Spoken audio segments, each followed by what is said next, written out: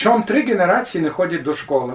А коли 3 генерації не ходять до школи, ми не маємо своїх інтелектуалів. А коли ми не маємо інтелектуалів, ми не можемо рухатися далі, бо світ дуже хитрий став. Знаєте, в 19 столітті легко було перейти на один стандарт, а низько, коли радіо, коли телевізія, коли інтернет, коли тобі в вуха, хочеш це не хочеш, 24 години, все то приходить, і ти мусиш весь час реагувати на то ті виклики, кожноденно реагувати, мало часу обстає, аби подумати над тим, а яким має бути язиковий стандарт. Що там може бути, що там не може бути. А то значить, що ми все обстаємо з тими проблемами, які були за Духновича. До кінця у Олександра Духновича 1850 рік в Пряшеві, в його літературному заведенні Пряшевському, у нього була опозиція. Приміром, у Відньові при Барбареумі, так, священник Ніколай Ноть, який видав до кінця, у 1848 році вже видав першу книжку у Відньові на цілу Австрійську імперію по-русинськи, по-народному. Доказав, що русинська бесіда жива. То прекрасні слова його. Там, сину, хто-то клопкать, виникни вон, комі переривать глибокий сон. То є чистое русинське слово. На другому боці, на Маковиці, у Свиднику, служить і живе священник Олександр Павлович, котрий відказується переходити на інші язики, окрім своєї народної бесіди. І він не знає, який там кодифікований варіант, бо його не є. А по-російськи він писати не хоче. І Павлович до кінця свого життя обстає в традиціях народної бесіди. Значить, у нас були писателі, котрі писали і так, і сяк.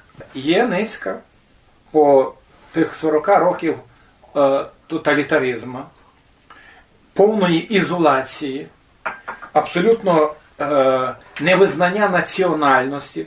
Розумієте, це починається з того.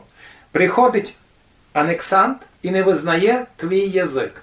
Він не визнає твій язик, він тобі не відкриє твою школу. Він напечатає твої книжки, люди, які би і мали інтерес, не будуть читати на твоєму язикові. Тому то, що ми низько маємо в Словакії, і коли ми говоримо за язик, то ситуація заключає так. То населення, якої низько там є, воно пройшло школу словацького язика. Люди, які думають там, от я себе ловив на тому.